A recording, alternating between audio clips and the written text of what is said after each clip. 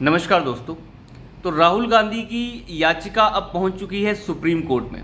आप जानते ही हैं कि राहुल गांधी को मानहानि के मामले में गुजरात के लोअर कोर्ट ने 2 साल की सज़ा सुनाई थी। उसके बाद वो सेशन कोर्ट गए, उसके बाद वो हाई कोर्ट गए, लेकिन उन्हें राहत नहीं मिली। वो चाहते हैं कि दोष सिद्धि से, यानी कि जो उन्हें सज़ा दी गई है, कन्विक्शन जो है, उससे उन्हें जो है राहत मिल जाए। लेकिन हाई कोर्ट ने, गुजरात हाई कोर्ट ने राहत देने से मना कर दिया और उन्हें ये कहा कि आप जिस तरीके के बड़े इंसान हैं, आप एक बड़ी पार्टी के रिप्रेजेंटेटिव हैं, अगर आप ऐसी बात बोलते हैं तो ये एक बहुत बड़ी मायने रखती है। तो इसलिए उनकी दोष सिद्धि के ऊपर गुजरात हाई कोर्ट ने रोक नहीं लगाई। अब वो पहुंच गए हैं सुप्रीम कोर्ट। सुप्रीम कोर्ट में उनकी याचिका 2 जजेस के सामने रखी गई और उन जजेस का नाम है B R. Gavai, Justice B R. Gavai और प्रशांत किशोर मिश्रा।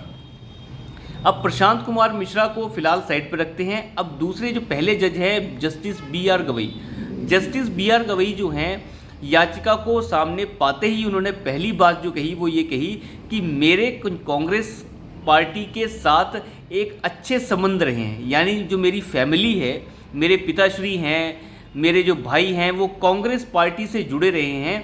तो क्या आप दोनों पक्ष, यानी कि जो राहुल गांधी के वकील थे वहाँ पे अभिषेक मनु सिंघवी और पूर्णेश मोदी की तरफ से जो वकील वहाँ पे पेश हुए थे, जिन्होंने ये केस कर रखा है, पूर्णेश मोदी की तरफ से वकील वहाँ पे थे जेठमलानी साहब, जेठमलानी, राम जेठमलानी के बेटे महेश जेठमलानी, दोनों ही वरिष्ठ वकील हैं। कांग्रेस पार्टी के वरिष्ठ वकील को तो आप वैसे भी जानते ही हैं, किसी का भी केस वो लड़ने पहुँच जाते हैं। तो वहाँ पे जस्टिस बी.आर. गवई ने यह कहा कि मेरे संबंध, जो मेरी फैमिली है उसके संबंध जो हैं वो कांग्रेस पार्टी से बहुत ही घनिष्ठ रहे हैं। तो आप चाहते हैं कि मैं ये केस लड़ूं, यानी कि मैं ये केस सुनूं। अगर मैं ये केस सुनूं तो आपकी इसके लिए इजाज़त चाहिए।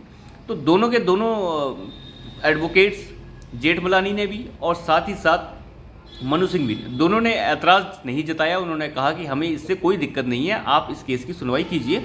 आपके फैमिली के संबंध भले ही कांग्रेस पार्टी से रहे हों, लेकिन हमें इससे कोई दिक्कत नहीं है, हमें पूर्ण विश्वास है कि आप एक अच्छा डिसीजन देंगे। अब बात देखिए, क्या क्या माहौल बदल जाता है। जज साहब के फैमिली के रिलेशन कांग्रेस से बहुत करीबी रहे हैं। जज साहब के जो भाई हैं वो अभी भी कांग्रेस से जुड़े हुए हैं। जो उनके पिताश्री हैं, मैं बता दूं जस्टिस बी.आर. गवई के पिताश्री जो हैं, वैसे अम्बेडकरवादी जो पार्टियां थी उनसे जुड़े रहे। उसके बाद वो कांग्रेस पार्टी की तरफ से लगभग 2-3 स्टेट्स के, शायद आप ये कह सकते हैं बिहार के, सिक्किम के और शायद केरल के, वहाँ के वो गवर्नर भी रहे हैं जस्टिस बी.आर. गवई के पिताश्री। तो काफ़ी ज़्यादा गंभीर और आप कह सकते हैं काफ़ी ज़्यादा गहरे रिश्ते जो हैं कांग्रेस पार्टी से उनके रहे हैं।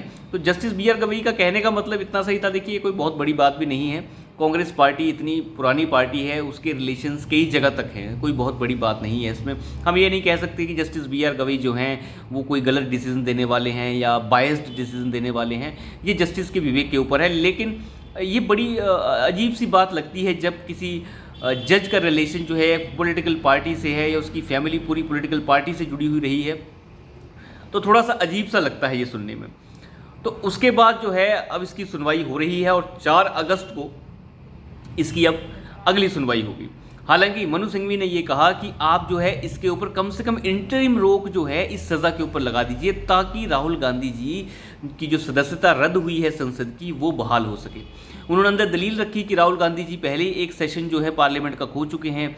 अब एक सांसद के लिए पार्लियामेंट का सेशन खोना बहुत बड़ी बात है। तो आप दोष सिद्धि के ऊपर फिलहाल इंटरिम जो रोक है वो लगा दीजिए, बाकी सुनवाई चलती रहेगी। अब देखिए कैसा माहौल है, किसी को दोष मुक्त कर दिया जाए क्योंकि वो संसद नहीं जा पा रहा है। ऐसे तो कोई भी कल को कोई भी दोषी ये कह देगा कि मेरी सज़ा माफ़ कर दीजिए, मेरे घर में फैमिली है, मेरी जॉब छूट रही है, मेरी बेइज्जती हो रही है। ये किस तरीके का बहाना था। हालांकि दोनों जस्टिस ने ये कहा कि ऐसा नहीं हो सकता। फ़िलहाल जो है हम नोटिस जारी कर रहे हैं गुजरात सरकार को भी और पूर्णेश मोदी को भी, वो इसके ऊपर जवाब देंगे और इसकी सुनवाई जो है हम 4 अगस्त को करेंगे। क्योंकि हाई कोर्ट ने जो अपना वर्डिक्ट दिया था और दोष सिद्धि से मुक्त करने के लिए राहुल गांधी को मना कर दिया था, उसमें लगभग 100 पन्नों का जजमेंट है और वो जजमेंट भी दोनों जस्टिस को पढ़ना होगा। हालांकि इसके संभावनाएं बहुत ज़्यादा लग रही हैं कि राहुल गांधी यहाँ से जो है दोष मुक्त हो जाएंगे और इसकी वजह क्या है, क्योंकि जजेस जब सुनवाई कर रहे थे उन्होंने कहा कि हम बड़ी जल्दी इस मामले को निपटा देंगे और जल्दी इसको निपटाने की कोशिश करेंगे। 4 अगस्त को सुनते हैं, इसको जल्दी हम निपटा देंगे। बात करने का तरीका देखिए कि हम जल्दी ही निपटा देंगे, थोड़ा सुनने में ऐसा लगता है कि जल्दी ही ख़त्म करने के चक्कर में। जिस तरीके से अभी तीस्ता सितलवाड़ जैसे मामलों को सुना गया है और जल्दी जल्दी जमानत दी गई है, रात के 9 बजे 2 जजों की बेंच बैठती है, फिर वो डिसीज़न नहीं बन पाता है तो फिर 3 जजों की बेंच रात को 12 बजे बैठ जाती है और 12 बजे सुनवाई करती है। 2 बजे जो है तीस्ता सितलवाड़ को बेल दे दी जाती है, उसके बाद कुछ दिन बाद उसे जो है परमानेंट बेल दे दी जाती है। तो इस तरीके से जिस तरीके से आजकल सुनवाइयाँ हो रही हैं और ऐसी पाखंडी औरत को अगर बेल मिल सकती है तो राहुल गांधी को भी मिलने के पूरे चांस हैं।